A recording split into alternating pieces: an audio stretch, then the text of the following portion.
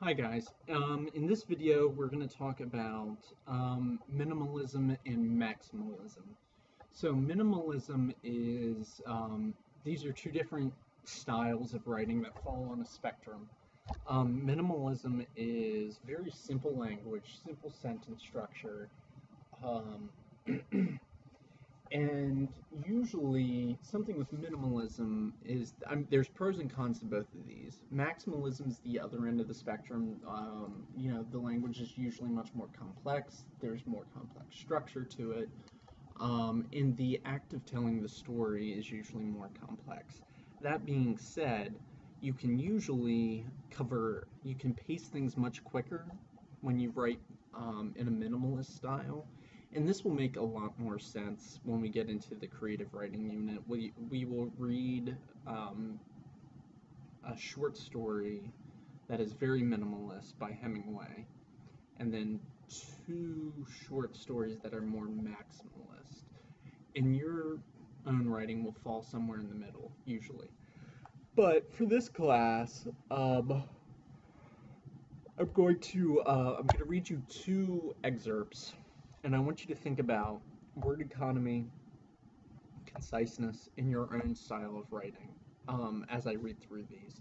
Both of these passages are about a page and a quarter long.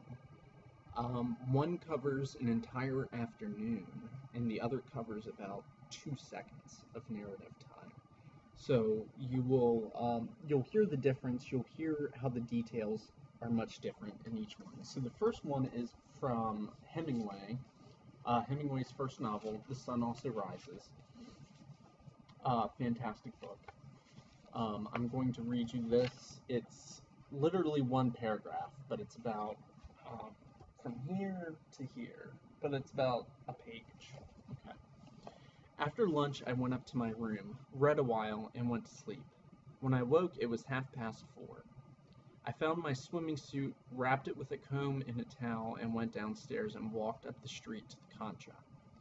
The tide was about halfway out. The beach was smooth and firm and the sand yellow. I went into a bathing cabin, undressed, put on my suit, and walked across the smooth sand to the sea. The sand was warm under bare feet. There were quite a few people in the water and on the beach. Out beyond, where the headlands of the Concha almost met to form the harbor, there was a white line of breakers and the open sea. Although the tide was going out, there were a few slow rollers. They came in like undulations in the water, gathered weight of water, and they broke smoothly on the warm sand. I waded out. The water was cold. As a roller came, I dove, swam out underwater, and came to the surface with all the chill gone. I swam out to the raft, pulled myself up, and lay on the hot planks. A boy and girl were at the other end. The girl had undone the top strap of her bathing suit and was browning her back. The boy lay face downward on the raft and talked to her. She laughed at the things he said and turned her brown back in the sun. I lay on the raft in the sun until I was dry. Then I tried several dives. I dove deep once, swimming down to the bottom. I swam with my eyes open, and it was green and dark. The raft made a dark shadow. I came out of the water beside the raft, pulled up, dove once more, holding it for length, and then swam ashore. I lay on the beach until I was dry, then went into the bathing cabin, took off my suit, sloshed myself with fresh water, and rubbed dry. So this passage covers, the next paragraph, we find out that it is nighttime in the next paragraph. So this covers an entire afternoon. But even though this is very minimalist in style, there's still variation, which is important for you to recognize. That there are still longer and then extremely short sentences. Okay, so that's minimalism. Now, this next passage is it's from Don DeLillo's novel Libra, which is about the assassination of Kennedy.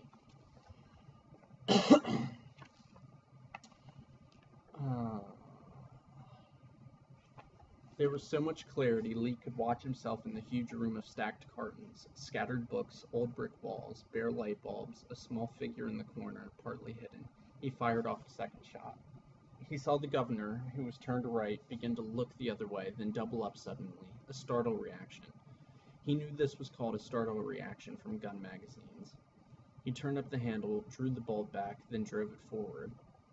Okay, he fired early the first time, hitting the president below the head, near the neck area somewhere. It was a foolishness he could dismiss on a certain level. Okay, he missed the president with the second shot and hit Connolly, but the car was still sitting there, barely moving. He saw the First Lady lean toward the president, who was slumped down now. A man stood applauding at the edge of the telescopic frame. Lee jerked the handle down and aimed. He heard the second spent shell roll across the floor. There were roses on the seat between Jack and Jackie. The car's interior was a nice light blue. The man was so close he could have spoken to them. He stood at curbside applauding. A woman called out to the car, "Hey, we want to take your picture."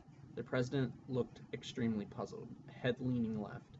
The man stood applauding, already deep in chaos, looking at crumpled bodies, a sense of guns coming out. Bobby W. Hargis, riding escort, left rear, knew he was hearing gunfire. There was a woman taking a picture and another woman about 20 feet behind her taking the same picture, only with the first woman in it. He couldn't tell where the shots were coming from, 2 shots, but knew someone was hit in the car. A man threw his kid to the ground and fell on him. That's a vet, Hargis had come to think. With the governor, Connolly, kind of sliding down in the jump seat, and his wife taking him in, gathering the man in. Hargis turned right just after noticing a girl in a pretty coat running across the lawn toward the president's car.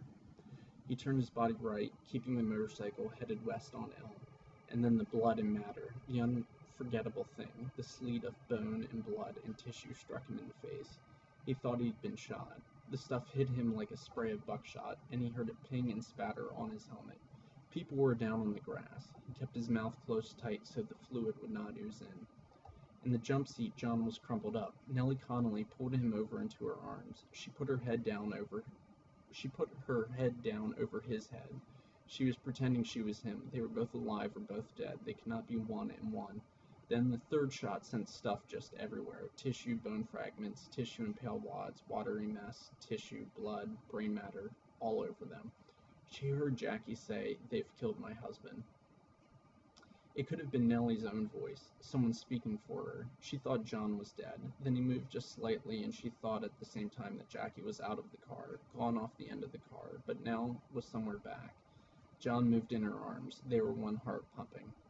The car picked up speed, and everything went rushing past. Nellie thought how terrible this must be. What a terrible sight for people watching, to see the car speeding past with these shot-up men. What a horror. What a sight.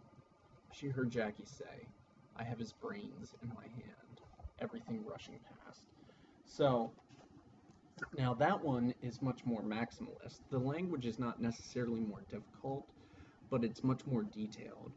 So, in about the same amount of time, in the DeLillo reading, we cover about 2 seconds of narrative time, just the time it takes to fire 2 shots. That's it. But then in The Sun Also Rises, we cover an entire afternoon in about a page. So, you get a sense of the level of detail. And you can also see just by the thickness of the books, too, the level of detail. So, The Sun Also Rises, Libra. Okay. So, as we read more in this class, you will become more accustomed to these 2 different extreme styles, and you'll know where you fall somewhere in the middle of all of this.